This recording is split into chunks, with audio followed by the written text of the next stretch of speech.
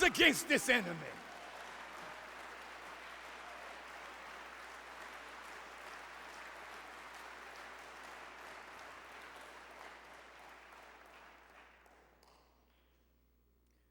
And the moment that kind of spirit was in the people, a purer form of heroin was introduced in the black community. Therefore, Frank Lucas was a pawn of the powers that wanted to drug those who weren't drugged by religion, drugged by the enemy's education, drug them with a pure form of heroin. So in the movie, you see them shooting up and dying.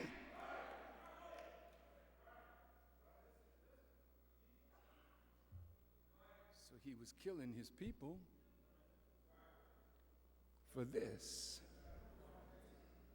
So they say he had planes flying in with a pure form of heroin. And he even punked the mafia. You can believe that bull. Shit.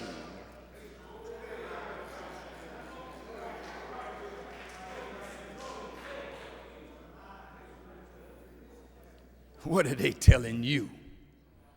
Do you think you can out-criminalize the real criminals? Is that why your behind is filling up all the jails in America and they're working your raggedy behind like a slave like they did your great-grandfathers? Is that why you think you can outdo the white man in criminal behavior?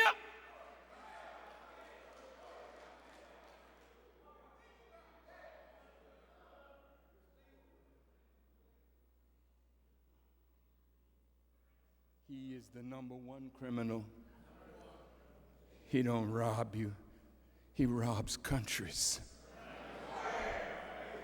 He don't just kill you. He kills whole populations. You are a cheap killer and a cheap thief compared to him.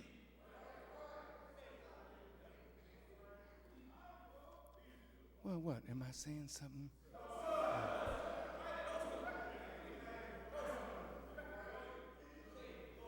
Let me close.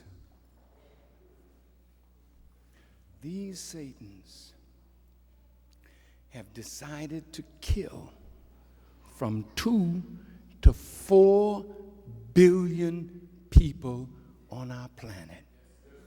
I'm just going to drop it out quick because time is spent. He learned from his experimentation with the atom back in 1946 that he could make a weapon with depleted uranium that could poison and kill whole numbers of people. He started making ethnic weapons. Weapons that he could put in a room that would kill people of a certain genetic type. You didn't hear me. This man is a scientist of evil. I'm almost finished. Just hang with me 5 minutes.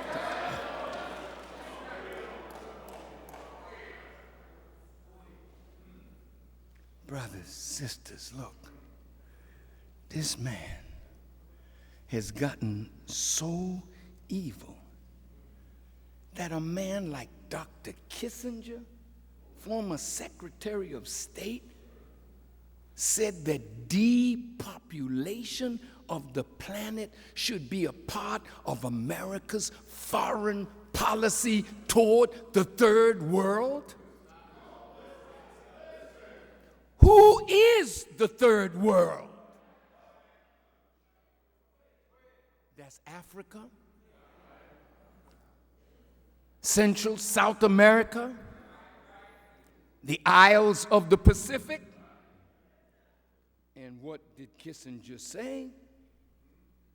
They wanted to go to spread these kind of weapons to El Salvador, in Central America, in Africa, in Southeast Asia.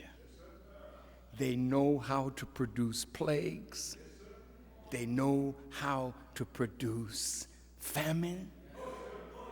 And they are systematically and scientifically working to reduce the human population, particularly the black. Because where we live contains all the strategic metals that America needs to be a superpower in this century. And that's in Central Africa, the Congo. Now, let's see if this is real. Look at this. The United States has contaminated 39 states with depleted uranium since 1945 from testing, manufacture, sales, storage, and disposal of these weapons. The U.S. is in a massive epidemic of radiation-related illnesses, which is increasing every year. The United States government has nuked its own people with atomic bomb testing, nuclear power plants, and now depleted uranium. Not only are the Middle East and Central Asia contaminated, this scientist said, forever with radioactive depleted uranium, which has a half-life of 4.5 billion years. That means it will take 4.5 billion years for the uranium to be reduced to half of its potency. But it has contaminated and mixed throughout the global atmosphere, causing a global epidemic of diabetes and other radiation-related illnesses. There is also an effect on unborn babies. Consider the large increase in low birth weight babies in the United States since 1991, caused by the global depleted uranium pollution. This is happening all over the world. Unlike infant mortality, these babies survive, but they are at much greater risk for health problems during their lives: diabetes, learning disabilities, obesity, heart defects, and they are never really strong and healthy. The babies may look normal on the outside, but the DNA, which is the coding of that creature, is damaged both in the nucleus and in the mitochondria of the cell. You students of biology, you know what I'm talking about. As well as other damage we still don't understand. Over future generations, the genetic damage will be expressed in unpredictable ways, and gradually the genome, the genetic coding of a certain type of human will degrade and decline in vigor. Now, in conclusion, let me show you how this enemy is killing us wholesale. Now, I'm coming to your door. Watch how this man's poison has literally killed millions of people and is busy killing us on tremendous levels. Look at this. Did you know that black people account for 30% of people with AIDS in America, according to these statistics. According to the Center for Disease Control, although blacks make up only 13% of the total U.S. population, they accounted for half of the new HIV/AIDS cases. Is that an accident? Or is that biological warfare? Come on, listen. Just listen, brothers and sisters. You can't lose by listening. More than half of the children under age 13 with AIDS are black. HIV/AIDS is the #1 cause of death for blacks aged 25 to 44. Is this a man-made disease? Our study says that in Fort Detrick, Maryland, this virus, the HIV virus, was created in a laboratory, and in 1969, generals went before the Appropriations Committee of the U.S. Congress and asked for money so that they could create something that would destroy the immune system.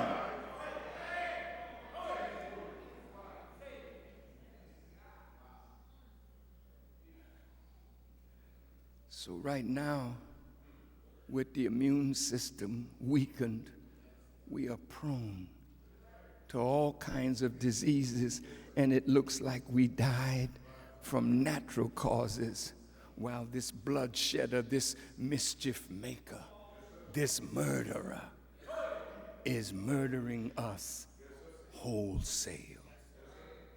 Black males had more than 8 times the AIDS infection rate of white males, and were 9 times as likely to die from it as white men. Even when you got it and you go and get tested and find it, they don't give you the quality type of service that they give white people.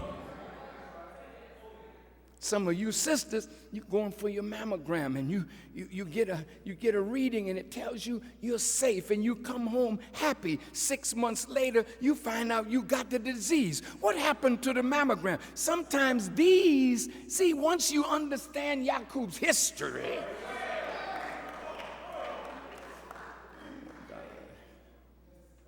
you know how they're using doctors and nurses today to kill you.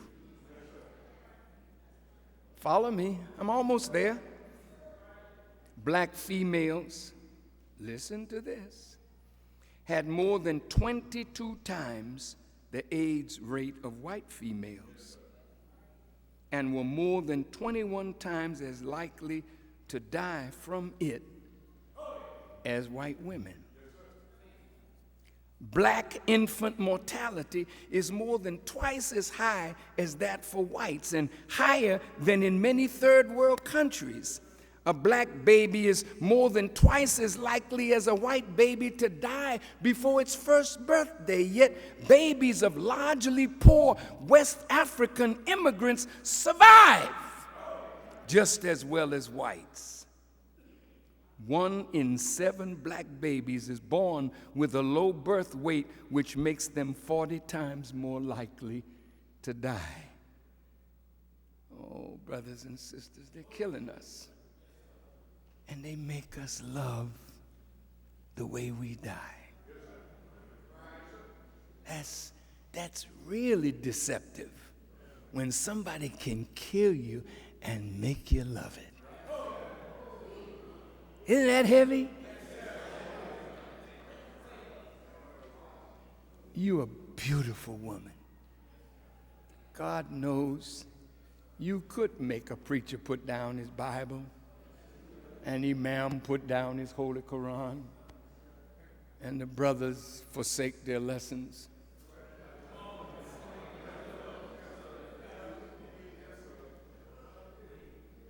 But how many of you are carrying the AIDS virus and don't even know it, but you're very, very sexually active? See? This is how he makes us die with joy.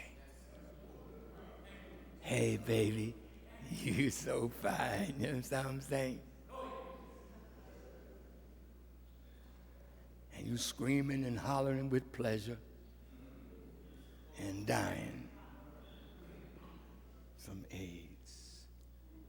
He makes your appetite for food and drink a means by which he poisons you. That's why all these fast food joints are in the black community, not in the white community. Well, wait a minute. I own a McDonald's. I don't give a damn what you own. You don't know what they putting in the grease that they frying the food with. Why you think people are forcing them to change what they're feeding you? Because they were killing you all along and making your taste buds say yes. Blacks have diabetes and a 60% higher diabetes-related mortality than whites. Diabetes is killing us. 1 in 4 black women 55 years of age or older has diabetes.